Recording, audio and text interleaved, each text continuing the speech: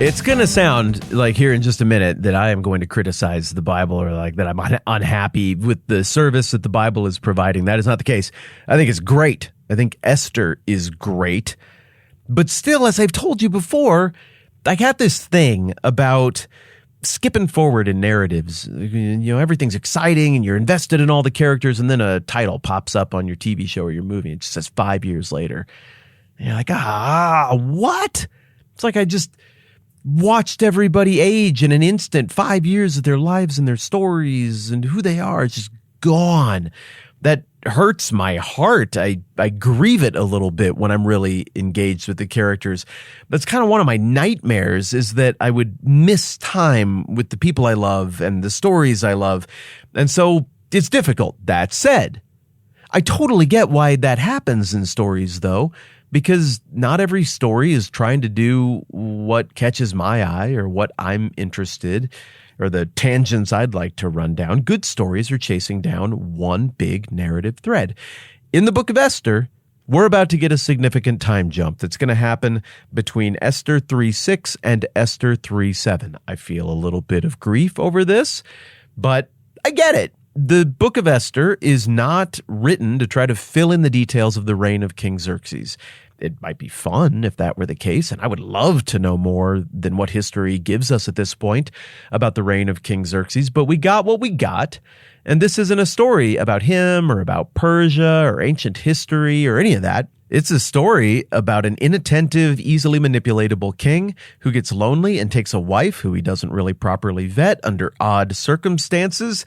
And then a little bit later on, there's a conflict between a Jew and an Agagite that threatens to result in the genocide of all of the Jewish people. And then only this unlikely hero, this queen, is positioned to do anything about it. What's going to happen? And that's before we even frame up the narrative thrust of this story in light of the entire Bible, which obviously has even bigger consequences yet. So that's what we're doing here. There's a bunch of stuff that happens in the reign of Xerxes that we know. There's so much more that we don't know, but it simply isn't relevant. And that's why we're going to get this time jump forward.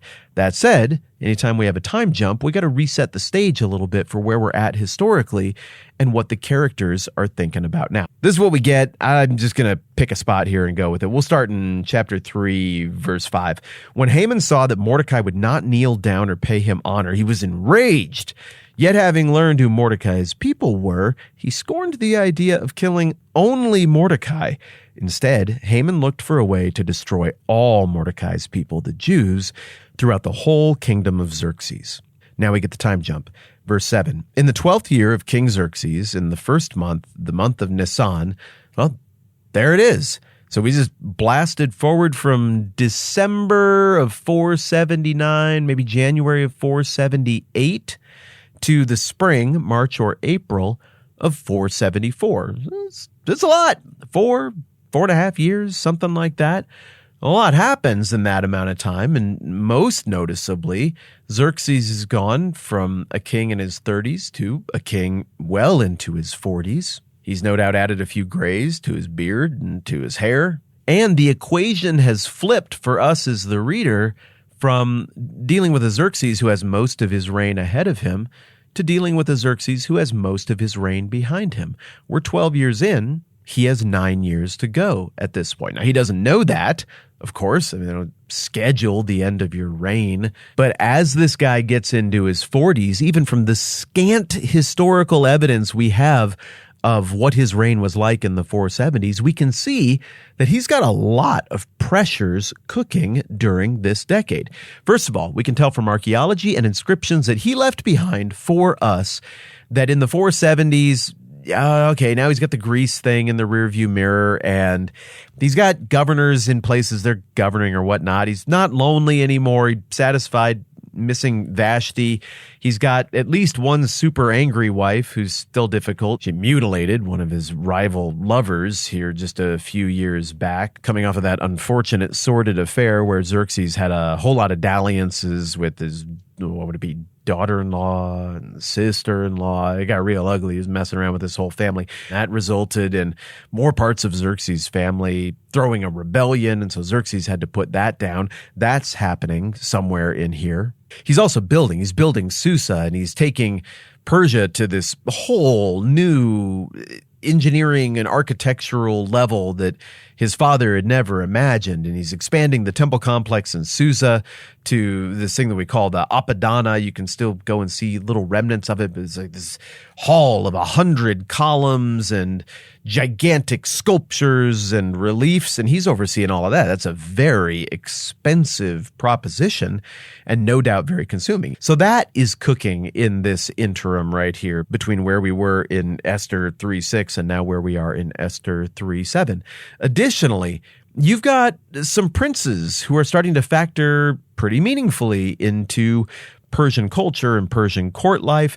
Darius the Younger, son of Amestris, the wife who had an axe to grind, no pun intended. He would be probably a pretty functional young man by this point. Maybe has received a governorship, but all kinds of noble training. Esther, Mordecai, Haman, they all would have known Darius the Younger. He's the presumptive successor to the king. He seems perfectly competent.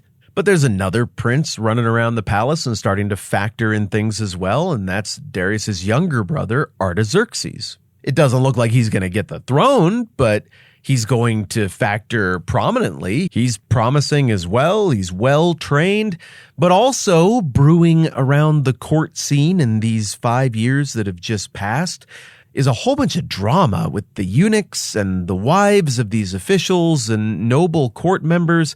It looks like there's a whole lot boiling here, and it looks like the vultures are starting to circle by the mid-470s. And no doubt Xerxes is aware that there's some shenanigans going on. It's hard for him to cut through it or see through it, but there's some nonsense happening. And I tell you what, that nonsense ends up resulting in one of the king's officials, another guy named Artabanus, assassinating Xerxes and then trying to pit Artaxerxes and Darius the Younger against each other. He succeeds after maybe this Artabanus guy even had a 7-year miniature, or a 7-month rather, miniature reign during this interregnum before Artaxerxes kills Darius the Younger and establishes himself as king, and then he gets rid of Artabanus and everybody else who participated in the scheme to kill his dad. Now, Artaxerxes is a very interesting king when we get to know him because he's super sympathetic to the Jewish people, super trusting and sympathetic. So the details of his reign and his relationship with Nehemiah and Ezra are indicative of him being moved by the events of Esther, maybe even knew Esther. Maybe Esther favored him and showed him care and protection and offered insights for him as well. We don't get to know that. All we get to know is the results. Here's what I'm driving at, though.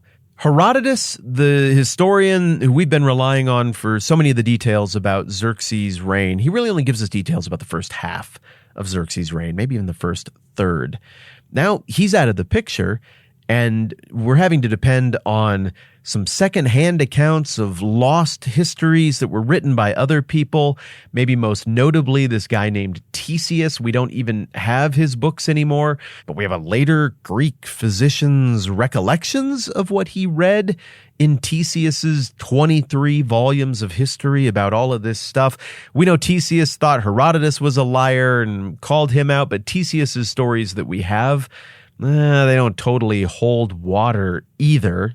But what little details we do get secondhand from Ctesias about the later reign of Xerxes, or his reign in the 470s, is that it was very tumultuous. He had all these pressures that I just described. All that stuff would have been weighing him down. And when we take all of that into account, it's easier to imagine how this version of Xerxes, who's very different than War Council version of Xerxes early on, how this version of Xerxes would have his trusted advisor come in, who maybe he's outsourced a lot of authority to, and the advisor's like, hey, we got a problem with some people, we should commit genocide against them. And we can imagine how this distracted Xerxes might be like, I'm sorry, I could have swore you said something about genocide, Haman. I'm up to here. I got so much going on. I'm trying to build this giant palace, the best the world has ever seen. My first wife, my main wife who mutilates people, she still seems real mad about things. I don't know that I can completely trust her. I'm trying to keep my sons from murdering each other. I would hate it if that happened. I'm trying to not get assassinated. And it seems like there's a bunch of stuff going on here at court. What were you saying again? Somebody needs to be genocided or something? Yeah. Okay, great. Sure. Fine. Just get that knocked out for me. I'm sorry. I don't even remember what we were talking about. You can imagine a Xerxes like that with this much stuff cooking. And remember, all the stuff that I just said was cooking. That's all happening within the walls of Susa, the capital city. We don't even know anything about what's going on in the grander empire of Persia, other than it's growing, it's thriving. There are tons of people in it.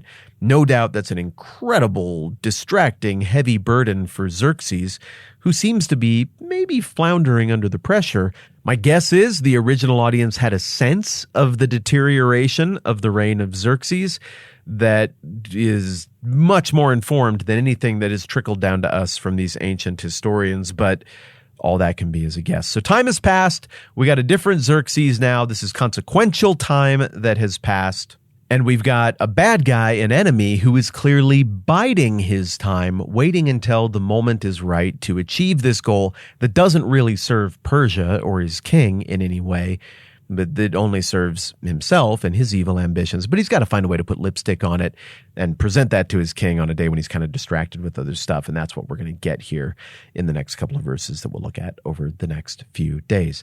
Sorry about my voice. Been sick for a couple of days. I appreciate you suffering with me through that. I have one more thing on the way out the door, and that is to let you know that my dad wrote a book. It's called House Church Now, and I'm proud of my dad. He's a really talented man who's done a lot of great things and has selflessly invested in a ton of other people, and he has tirelessly and selflessly invested in me as a dad of a kid and now as a dad of an adult.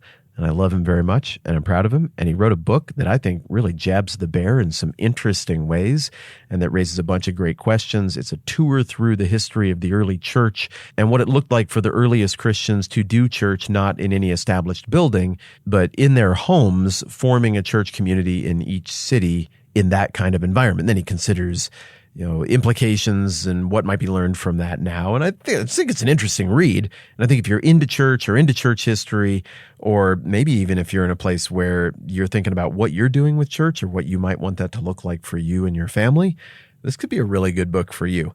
So obviously this is not a sponsorship. My dad didn't sponsor the episode. I'm just straight up asking you to consider going out and buying my dad's book because I think you're going to like it. And also I love my dad and I wanted to tell you about his book. It's called House Church Now. There'll be a link down below. Thanks for considering that. All right, I'm Matt. This is the 10-Minute Bible Hour Podcast. Let's do this again soon.